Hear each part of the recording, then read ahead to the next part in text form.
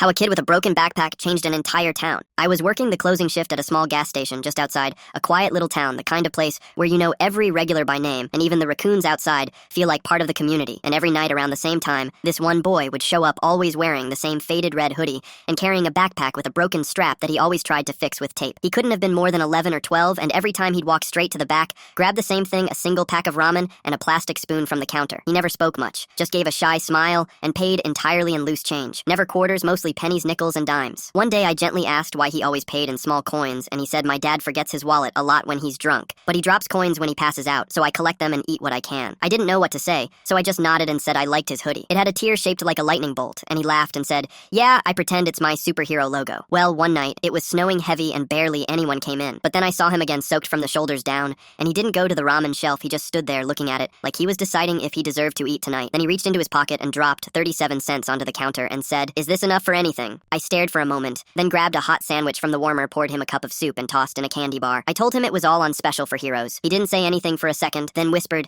"Thank you," and walked out, slowly holding the food like it was treasure. The next customer in line had seen the whole thing. He was an older man, usually grumpy. Barely said a word, but he stepped forward, pulled out a 20, and said for the kid tomorrow. Okay, then the next woman handed me a 5 and said, "Put this towards his backpack if he ever needs a new one." I didn't know what was happening, but it kept going. I grabbed a jar, labeled it for the red hoodie kid, and by the end of the week, it had over $90. I told my manager, and we decided to make it official next time he came in. We gave him hot food, a new backpack filled with supplies, and a winter jacket, and the look on his face was something I'll never forget. He didn't say much. He just started crying, and then he hugged me tighter than anyone ever had. Then he whispered, "I thought nobody saw me, but I guess they did." And that moment, that one sentence made me believe, maybe this world isn't so broken after all. Maybe all it takes is a kid with a lightning bolt hoodie and a pack of pennies to remind people what kindness really looks like.